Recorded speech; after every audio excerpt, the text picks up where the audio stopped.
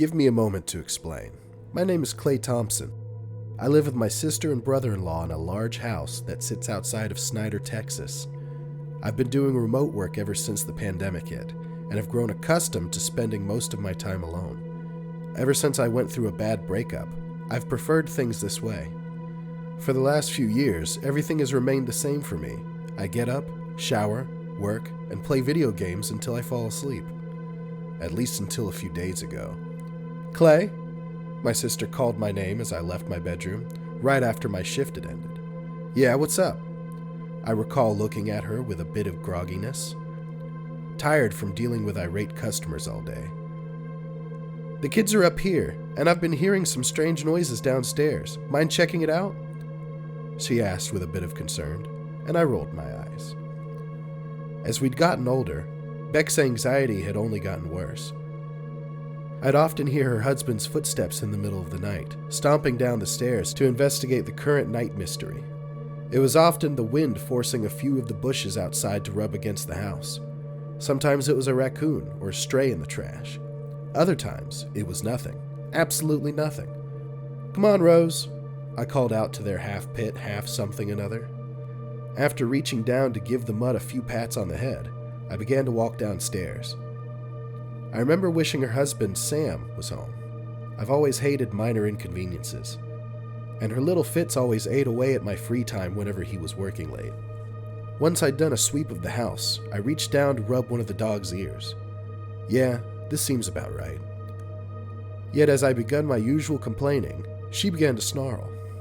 She turned her head toward the kitchen, began creeping closer. Aha, yeah, go get him. Like her owner, she was a bit jumpy.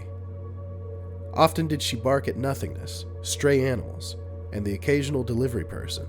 So, I often sent her to bark at the windows for a few moments, if only to give myself a bit of entertainment. Nothing seemed off to me until she went into the kitchen and approached the window. She stood there with the hair on the back of her neck raised, and barked with a bit of unusual ferocity. Grinding my teeth, I reached for the nearest kitchen knife and moved toward the window. It was about this time that I regret getting used to my sister's paranoia, as I saw something moving outside. I'd left my guns upstairs, as almost always, she and her dog were afraid of little nothings. This wasn't a little nothing. When I peeked out the window, I saw something strange. At first, I thought my eyes were playing tricks on me, but as I got closer to look, I knew this wasn't a trick of the mind. There were 5 of them. 5 gray humanoid creatures were walking around adjacent to the tree line that was an acre away from the house. What the fuck? I mumbled to myself, staring at them with a wide-eyed expression. They were humanoid in shape, not quite like the little gray or green aliens shown in most media. If it weren't for a bit of prolonged observation, it could have been assumed that they were adorning gray jumpsuits. Before I could back away, one of them turned their heads and noticed me. Despite being human-shaped and far away, I could see that their eyes were black. I felt my heart jump in my chest as it began to walk away from the trees and toward the house.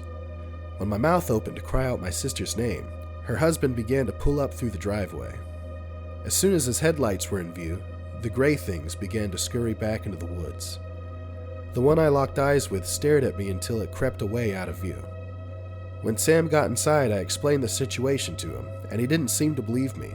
He shrugged and went, "You have guns, and know where the keys to my gun cabinet are," before heading upstairs to rest.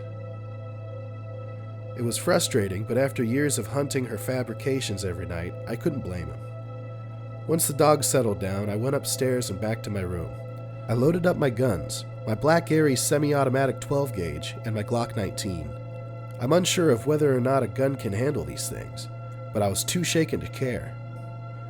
Once they were loaded and the spare ammo was set across my desk, I laid down and tried to sleep. After a few hours of laying in bed with my heart racing and my eyes open wide, I began to hear a knocking outside. A beeline was made for my guns.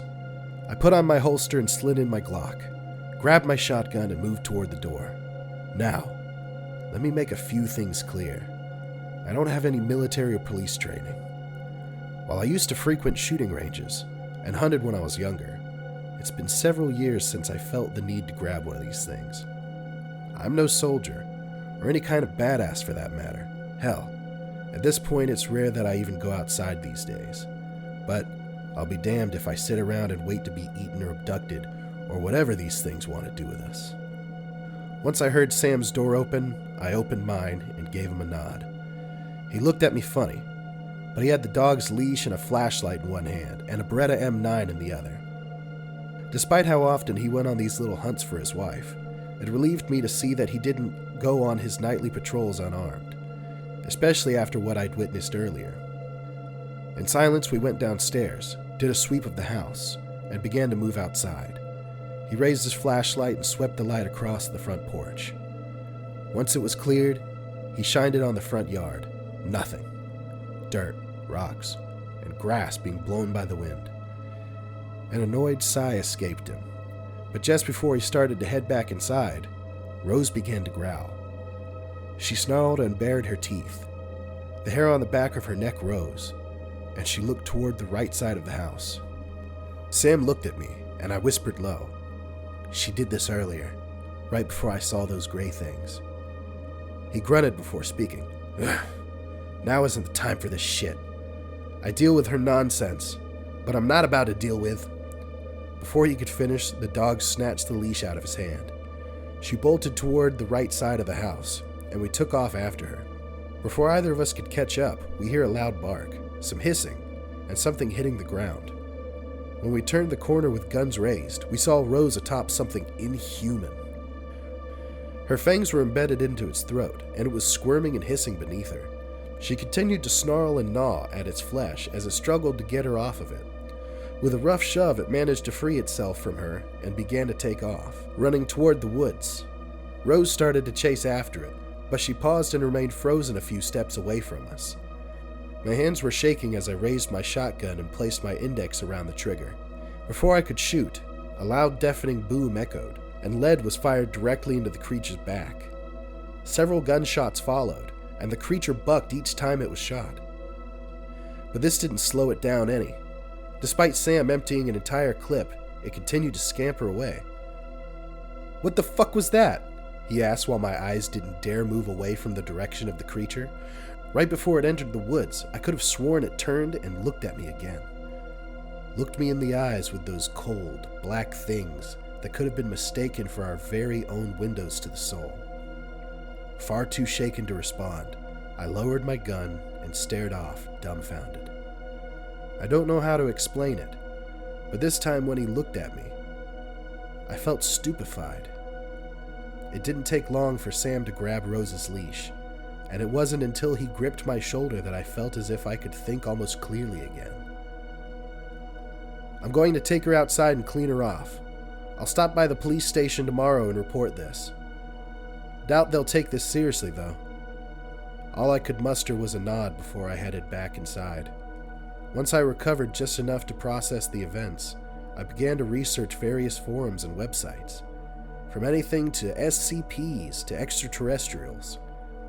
So far, I haven't found anything that describes the creatures lurking around within the woods. It's only been a few days since then. I haven't talked to my sister about it yet. She isn't in the best of health, and was a bit jumpy, even before these things started creeping around the house. The last thing I need is her bugging me while I'm clocked in, or having a panic attack each time the house creaks. I doubt Sam has said anything to her with how she is, but now whenever my sister thinks something is off, he knocks on my door and makes sure I investigate with him. While we haven't come across anything again, I know they're still there. I've been peeking out the windows during my work breaks and in between gaming sessions. Sometimes I'll see them right before the sun begins to set. So far, they haven't seemed to notice me again, and now I only see 4 of them creeping about. Do any of you have any idea for what these things might be? I'll keep you updated on their activity if anything occurs before I have answers.